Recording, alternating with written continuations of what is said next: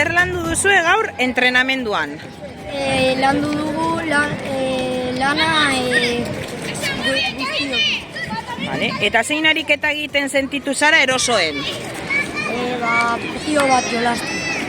Zergaitik aukeratu duzu kirol honetan parte hartzea?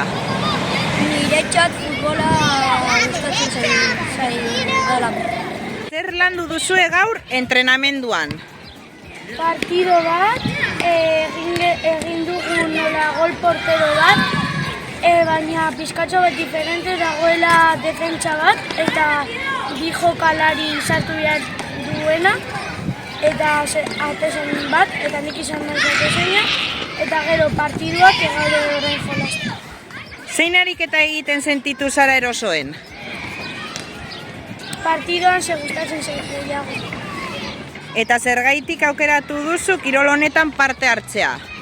Zer nire lagun guztiak jolasten dute futbolera eta niri jolastuari beti zeuden beraiek jolasten eta nik apuntatu nuen egun batean jolastera eta gustatu zitzaidan. Eta erreferenterik daukazu kirol honetan? Bai. Nor? Messi. Messi. Eskerrik asko izan, bale? Jarraitu entrenamenduan. Agur, zer landu duzue gaur entrenamenduan? Gaur estrategia landu ditugu gure artean saiatzen gola sartzen. Eta zein ariketa egiten sentitu zara erosoen? Estrategiarena, zeren eta geunden guztiok batera saiatzen sartzen eta orduan zen palderana. Zergaitik aukeratu duzu kirol honetan parte hartzea? Futbola asko gustatzen zaidanez leku baten futbolean biltzeko. Eta referenterik daukazu kirol honetan? Bai, atletiko jokalariak egin dut. Nortzuk? Berenguer, Munia, Unai Simon.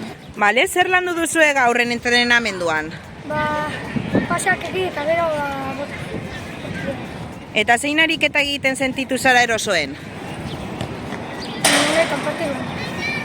Zergaitik aukeratu duzu kirol honetan parte hartzea? Gustatzen zaidalako honekin ibiltzea eta... Zer landu duzue gaur entrenamenduan? Egin du pasak, gol portero bat, baina bikoteko. Eta zein ariketa egiten sentitu zara erosoen?